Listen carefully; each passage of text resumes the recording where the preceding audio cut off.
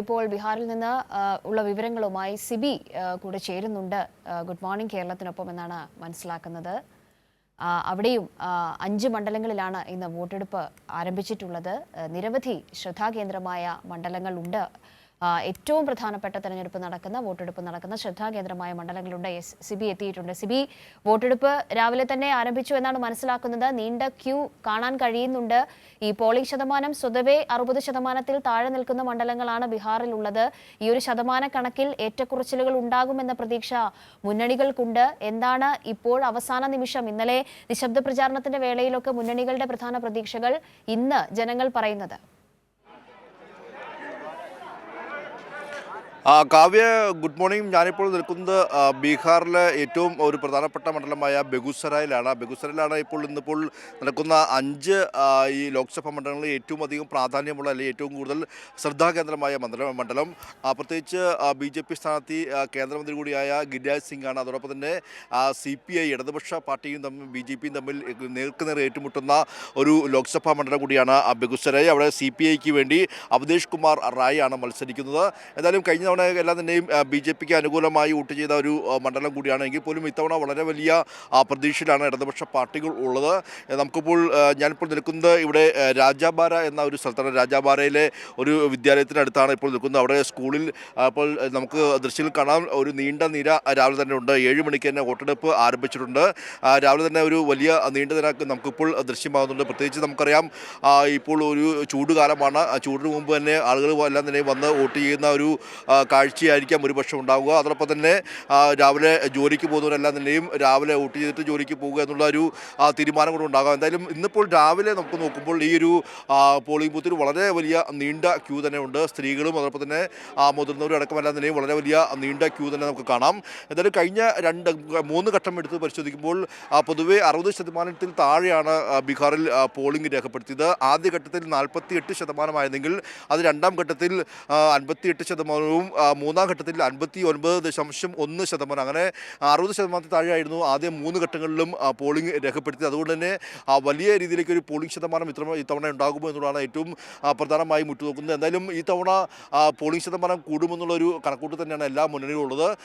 വളരെ വലിയ ഒരു നീണ്ട പ്രചരണം തന്നെ ഇവിടെ ഉണ്ടായിരുന്നു. പക്ഷെ നമുക്ക് പറയേണ്ടിയിരിക്കുന്നത്, പ്രത്യേകിച്ച് കേരളത്തിലെ പോലെയൊക്കെ ഒരു വലിയൊരു ഉത്സവം മാമാങ്കമോ അല്ലെങ്കിൽ വലിയൊരു ആരവങ്ങളോ ബഹളങ്ങളോ അല്ലെങ്കിൽ പോസ്റ്ററുകളോ ബാനറുകളോ ഒന്നും തന്നെ നമുക്ക് ഇവിടെ കാണാൻ കഴിയില്ല. അങ്ങനെ ഒരു തെരഞ്ഞെടുപ്പ് പ്രചരണ രീതിയല്ല ഇവിടെ ഉള്ളത് എന്നുള്ളതാണ് ഏറ്റവും പ്രധാനപ്പെട്ട കാര്യം. നമുക്കിപ്പോൾ പുറത്തു പോയാൽ പോലും ഒരു ഇലക്ഷൻ ബൂത്തുകളോ അല്ലെങ്കിൽ എന്തെങ്കിലും പോസ്റ്ററുകളോ സ്ഥാനാർത്ഥികളുടെ പോസ്റ്ററൊന്നും തന്നെ നമുക്കിവിടെ കാണാൻ കഴിയില്ല. പക്ഷേ എങ്കിൽ പോലും ഇപ്പോൾ പോളിംഗ് ബൂത്തിലേക്ക് ഒരു നീണ്ട നിര നമുക്കിപ്പോൾ ദൃശ്യമാണ്. ഏതായാലും ഇവിടെയും വോട്ടെടുപ്പ് ആരംഭിച്ചിട്ടുണ്ട്. ഇന്നിപ്പോൾ ഈ 4ാം ഘട്ടത്തിൽ 5 മണ്ഡലങ്ങളാണ് വോട്ടെടുപ്പ് പുരോഗമിക്കുന്നത്. ഒന്ന് ഗർഭഗംഗയിൽ BJPയും RJDയുമാണ് നേരിട്ട് ഏറ്റുമുട്ടുന്നത്. മറ്റൊന്ന് ഉജിയാർപൂറാണ്. ഉജിയാർപൂരിൽ BJPയും RJDയും നേരിട്ട് ഏറ്റുമുട്ടുന്നു. മറ്റൊന്ന് പ്രധാനപ്പെട്ട ശ്രദ്ധാകേന്ദ്രം സമസ്തിപൂറാണ്. സമസ്തിപൂരിൽ ലോക ജനശക്തി പാർട്ടി അല്ലെങ്കിൽ NDAയും അതോടൊപ്പം തന്നെ കോൺഗ്രസും നേരിട്ട് ഏറ്റുമുട്ടുന്ന ഒരു ലോക്സഭാ മണ്ഡലമാണ്. മറ്റൊന്ന് മുൻഗറാണ്. മുൻഗറിൽ JDUവും RJDയുമാണ് നേരിട്ട് ഏറ്റുമുട്ടുന്നത്. അങ്ങനെ ഒരു വലിയ ഏറ്റുമുട്ടൽ തന്നെ, അല്ലെങ്കിൽ അത്തരത്തിൽ ശ്രദ്ധാകേന്ദ്രമായ 5 മണ്ഡലങ്ങളാണ് ഇന്നിപ്പോൾ വോട്ടെടുപ്പ് പുരോഗമിക്കുന്നത്. പ്രത്യേകിച്ച് ബെഗുസരായ് മണ്ഡലം, ഞാനിപ്പോൾ നിൽക്കുന്ന ഈ ഒരു മണ്ഡലം ഏറെ ശ്രദ്ധാകേന്ദ്രമാണ്.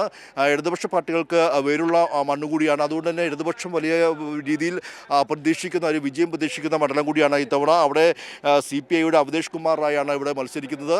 എന്തായാലും ഈ ബീഹാറിനെ സംബന്ധിച്ച് നമുക്കറിയാം, നിതീഷ് കുമാർ സർക്കാരിനെതിരെ ഒരു വളരെ വലിയ ഭരണവിരുദ്ധ വികാരമുണ്ട് എന്നുള്ളതാണ് പ്രതിപക്ഷ സഖ്യം ഇത്തരത്തിൽ എല്ലാം തന്നെ പ്രതീക്ഷ പ്രകടിപ്പിക്കുന്നത്. പ്രത്യേകിച്ച് RJDയും കോൺഗ്രസും CPI MLും CPIയും CPMും എല്ലാം തന്നെയും ഒരുമിച്ച് മത്സരിക്കുന്ന ഒരു സംസ്ഥാനം കൂടിയാണ്. നമുക്കറിയാം, പ്രതിപക്ഷ സഖ്യമായ ഇന്ത്യ രൂപപ്പെട്ടതിന് ശേഷം രൂപപ്പെട്ടത് തന്നെ ഈ ഒരു ബീഹാർ സംസ്ഥാനത്താണ്. അവിടെ നിന്നും ഇവിടെ വെച്ചായിരുന്നു ആദ്യം പ്രതിപക്ഷ സഖ്യമായ ഇന്ത്യയുടെ ഒരു യോഗം നടന്നതും. പിന്നീട് അവസാന നിമിഷം BJP പാളയത്തിലേക്ക് അല്ലെങ്കിൽ NDA പാളയത്തിലേക്ക് നിതീഷ് കുമാർ എത്തുകയായിരുന്നു. എന്തായാലും അതിലെ ഒരു വലിയ വലിയൊരു തിരിച്ചടി നൽകുമെന്ന ഒരു പ്രഖ്യാപനമാണ് ഇത്തരത്തിൽ RJDയും കോൺഗ്രസും എല്ലാം തന്നെ നടത്തിയിരിക്കുന്നത്.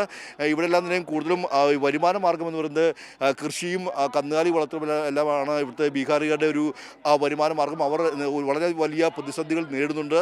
പ്രത്യേകിച്ച് ഈ ജാതി സമവാക്യങ്ങൾ, പ്രത്യേകിച്ച് ജാതി സമുദായത്തിൻ്റെ അടിസ്ഥാനത്തിൽ വളരെയധികം വിവേചനം നേരിടുന്ന ഒരു സംസ്ഥാനം കൂടിയാണ് ബീഹാർ. അതുകൊണ്ട് തന്നെ ബീഹാറിലെ തെരഞ്ഞെടുപ്പിനെ എല്ലാ നിലയും ഒരു ജാതി വിവേചനത്തിൻ്റെ വളരെ വലിയ ഒരു പ്രത്യേകിച്ച് കണക്കുകൾ അല്ലെങ്കിൽ ഈ ഓരോ താഴ്ന്ന ജാതി അല്ലെങ്കിൽ പിന്നോക്ക വിഭാഗം അതിപിന്നോക്ക വിഭാഗം അങ്ങനെ ദളിതന്മാർ തന്നെ 24-ലധികം ദളിത് വിഭാഗങ്ങളുണ്ട്. അങ്ങനെ വളരെ വലിയ രീതിയിൽ ജാതി വിവേചനം നേരിടുന്ന ഒരു സംസ്ഥാനം കൂടിയാണ് ബീഹാറിൻ്റെ പല ഭാഗങ്ങളിലും. പ്രത്യേകിച്ച് ഉൾഗ്രാമങ്ങളിലെല്ലാം തന്നെ നമുക്ക് സഞ്ചരിക്കുമ്പോൾ മനസ്സിലാക്കാൻ കഴിയും അവരെല്ലാം തന്നെയും അതിപിന്നോക്ക വിഭാഗക്കാരെല്ലാം തന്നെയും ജീവിതം വളരെ വലിയ അതീവ ദാരിദ്ര്യത്തിലും പട്ടിണിയിലുമാണ്. അതെല്ലാം തന്നെയും ഇവരെല്ലാം തന്നെയും ഈ തവണ ഒരു അധികാരം മാറി വരണമെന്നൊരു ആഗ്രഹിക്കുന്ന ആളുകൾ നിരവധി പേരുണ്ട്.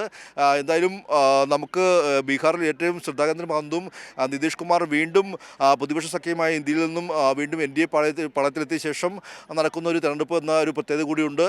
സ്വാഭാവികമായും BJPക്കും ഇത്തരത്തിലുള്ള JDU സർക്കാരിനുമെതിരെ ഒരു വളരെ വലിയ ഭരണവിരുദ്ധ വികാരമുണ്ട്. ആ ഭരണവിരുദ്ധ വികാരം ഈ വോട്ടെടുപ്പിൽ പ്രതിഫലിക്കുമോ എന്നുള്ളതാണ് ഏറ്റവും പ്രധാനപ്പെട്ട കാര്യം. അതോടൊപ്പം തന്നെ പോളിംഗ് ശതമാനത്തിൽ വളരെ വലിയൊരു മുന്നേറ്റം ഈ ഒരു 4ാം ഘട്ടത്തിൽ ഉണ്ടാകുമോ എന്നുള്ളതും ശ്രദ്ധാകേന്ദ്രമാണ്. എന്തായാലും ഞാൻ നിൽക്കുന്ന ബെഗുസരയിൽ ഇടതുപക്ഷവും BJPയും നേരിട്ട് ഏറ്റുമുട്ടുന്ന മണ്ഡലം എന്ന രീതിയിൽ വളരെയധികം ശ്രദ്ധാകേന്ദ്രമായ ഒരു മണ്ഡലം കൂടിയാണ് കാവ്യ. എന്തായാലും വോട്ടെടുപ്പ് പുരോഗമിക്കുകയാണ്. ഒരു നീണ്ട ക്യൂ നമുക്ക് രാവിലെ മുതൽ തന്നെ ഇവിടെ കാണാൻ കഴിയുന്നുണ്ട് കാവ്യ.